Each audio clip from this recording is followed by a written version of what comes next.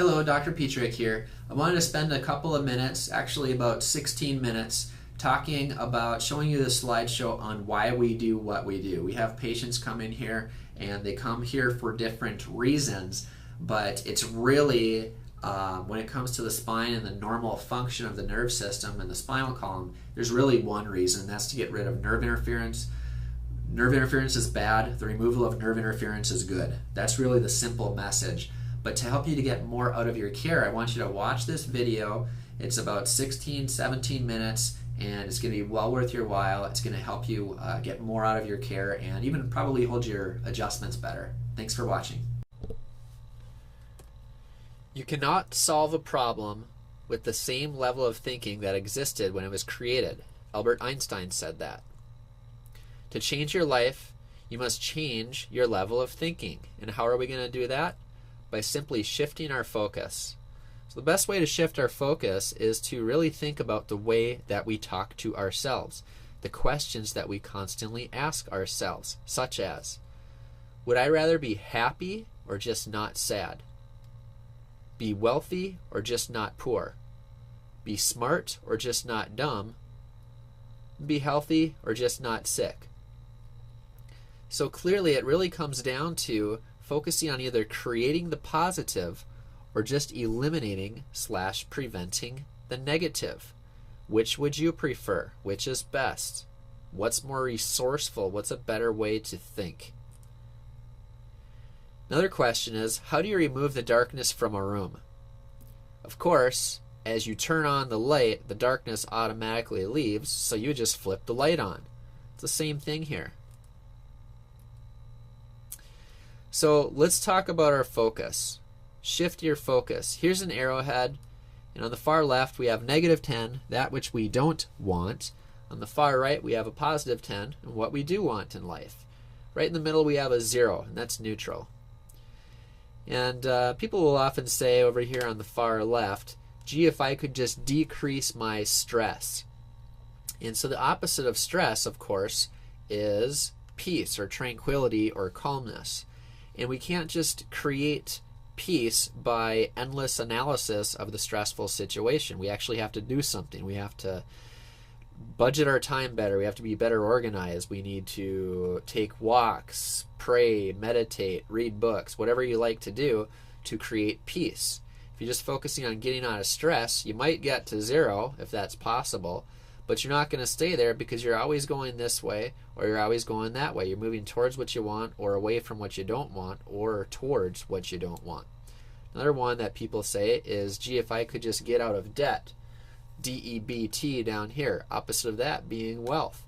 And if you're wealthy already, or if you're neutral, or if you're down here and you're doing things to create wealth such as budgeting, saving, investing, and just being smart about your money, you're eventually going to work your way to go in this direction. If you're already over here and you continue to do those things, that's going to bring you further to the right. It's just like turning on light to get rid of darkness. Now, the purpose of this PowerPoint is to talk about health, and so we would put sickness down here, and then we would put, actually I'm not going to use the word health, but we would put optimal function or adaptability down here, and I'll talk a little bit about that in just a little bit. So remember now, for our little examples we had for the stress and the debt, remember that we need to focus on creating the opposite of what we don't want. And the more that we do that, the more likely and the sooner we are going to reach that goal. And so we want to do whatever we can to create health in order to get rid of sickness or dis-ease. We must focus, we must shift our focus onto creating what we want. So why did I mention function and adaptability instead of just talking about health? Well, what is health? Most people think that health is, I don't have a symptom, I don't feel bad, therefore I must be healthy. But that's not necessarily true. For example, if we went out to eat and we had some funky potato salad and we didn't know it, and we come back here and you're nauseous and maybe vomiting and I'm not, you're actually having a healthier response. You're having the symptom, but your body's actually dealing with it. If you put poison or you put some kind of a toxin into your body, it's a good thing. It's a healthy thing. to feel sick and to get rid of it. Okay, so health isn't just the lack of symptoms, it's normal function. And that's what Dorland's Medical Dictionary and Webster's Dictionary say. Health is a state of mental, physical, and social well-being or normal function. Health, basically 100% function of all parts of the body. And I don't really like the word health because even though optimum health comes from optimum function, let's talk more about function. I don't like the word health really because health is almost described as a state to arrive at. But as the dictionary describes that, as you just saw, 100% normal function, it's almost impossible to get to that level. So it's trying to chase sort of a fictitious carrot that we'll never be able to get to. And so why think like that anyways? Why, maybe we can think about this in a little bit more of a resourceful or accurate way so that we can get the best result. So not only is health the ability to function normally, health is also the ability to adapt. And adapt to what? It's adapt to all the physical, chemical, and mental and emotional stresses that we encounter each day. D.D. Palmer, the first chiropractor ever back in 1895, said there's but one cause of all disease and only one cure. And what he was referring to there is the loss of one's ability to adapt to the external or internal environment. That equals disease. Now there are genetic factors, but when we don't adapt properly to those physical, chemical, and mental and emotional stresses, as long as we're subscribing to the model of healthcare that, hey, we are responsible for our own health and it's not up to anybody else, that's really what it comes down to. The cause of all disease is your failure to adapt to whatever the situation is. And again, I understand there can be genetic limitations, but just understand genetic limitations are not curses, they are tendencies, and many times you can do something about them. Now, another word that I really don't like is wellness, and most people think that wellness means preventing illness and disease. Take calcium to prevent osteoporosis, exercise so that you won't be overweight, eat well so that you don't have a heart attack or stroke. The other reason I don't like wellness is that it's one of the most hijacked terms in healthcare today. Kaiser Permanente is wellness. There's wellness pillows. Everybody's wanting to do wellness now, and it's an economic thing, the shift towards a wellness paradigm. It seems like we're moving towards half the people are quite unhealthy and overweight, and the other half are not, and they're wanting to be healthier or get healthier. Not to say that an overweight person doesn't want to be healthy, but it just seems that the rate of obesity has gone up in our country, even though people are getting more educated about health. Well, maybe our ideas or maybe our paradigms about health are not exactly correct. And I hope to help you with that by this little presentation. Living a life of prevention is living not to die. That's not really creating anything. We're not trying to get rid of darkness. So wellness doesn't mean preventing anything. Wellness really means growing and working to increase our function and adaptability so that we can maximally adapt to all the physical, chemical, and mental or emotional stresses that we encounter each day. As a result, we grow more than we die. In a nutshell, that's really all it is. So here's 7 keys to wellness or to wholeness or to resilience, what I call it. Number 1 is creating peace. If your spine is on your nerves, or if other people are on your nerves, you're not going to function as well as you could function. And number 2 is energy breathing. You need optimal oxygen to get to your tissues. For whatever reason, we tend to breathe through our chest and through our mouth in our culture, and we don't use our diaphragms. And doing that does not allow us to get as good of oxygen circulation as we could or should, and as a result our red blood cells suffer and our energy levels and our performance suffers through the day. So keep that in mind. Number 3, vital waters. Whatever your body weight is, divide that by 2 in ounces. Roughly that's how much water you should be drinking every day. And also the waters, the food pyramid, the FDA has finally gotten with the program and put fruits and vegetables at the bottom of the food pyramid. That's our foundation. It's not breads and cereals. And so when you really break that down, what are in fruits and vegetables? Well, they're vitamins or vital amines, vital waters. Make sure you're getting those.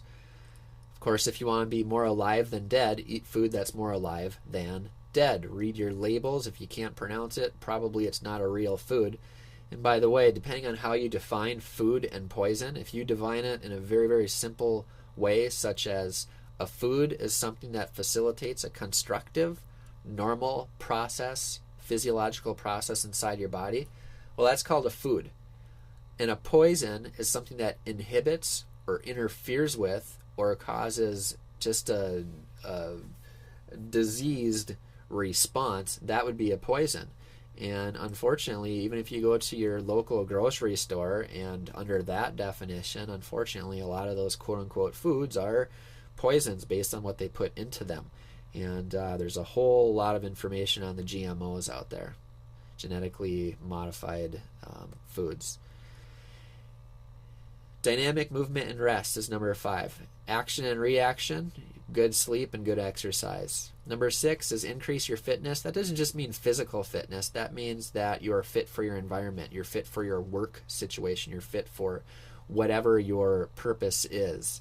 You're not a professional athlete, more than likely, so you probably shouldn't really be working out according to a professional athlete's workout schedule. It should probably be something that includes strengthening the extensor muscles, which are your anti-gravity or postural muscles, so you can get a better sense of postural awareness, because you probably do need to sit up tall for a lot of the day or stand up normally, and doing that will help you to hold your adjustments better and hopefully give you an idea better of when you have or are losing your adjustment, because it's difficult for you to maintain that good posture.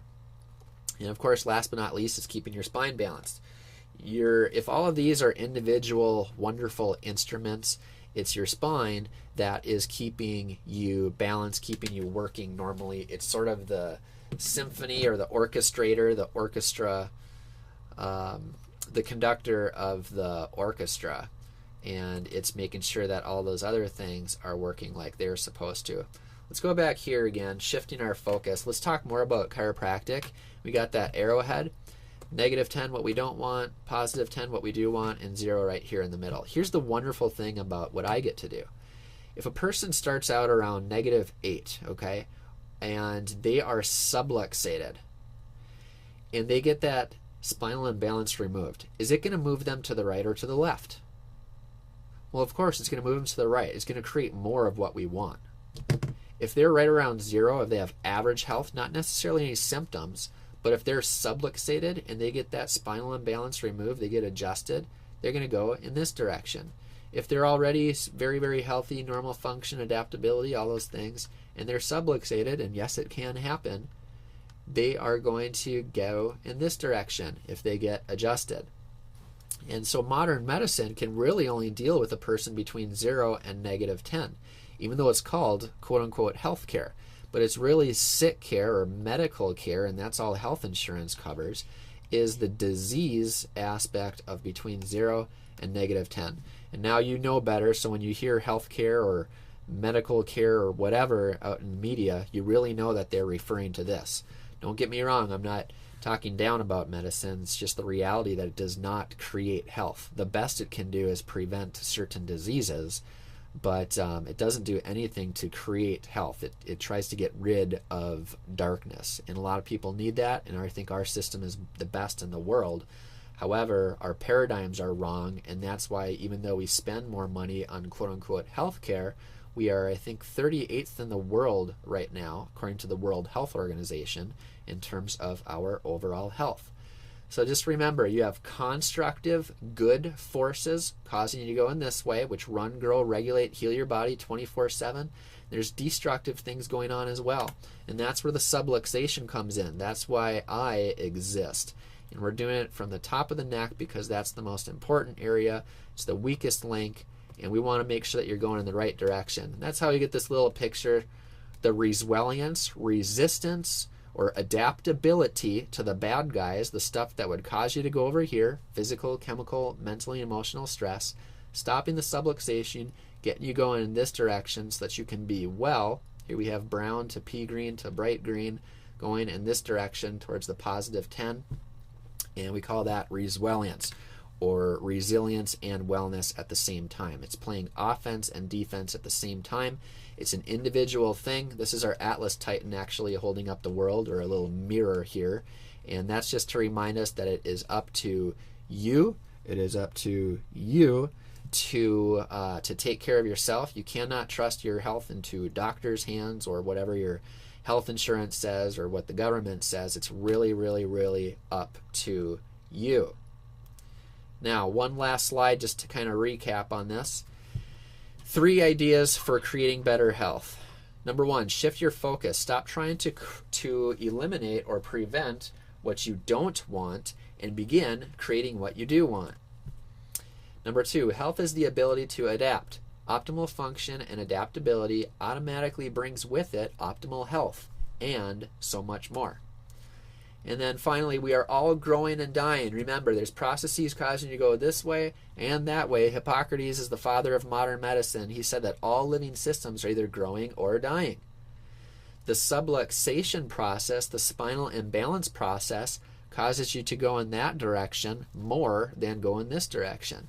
And the adjustment process causes you to go over here more than over here. So we want to have a clear nerve system and a healthy lifestyle, and this helps us to grow more than we die. Thanks for watching.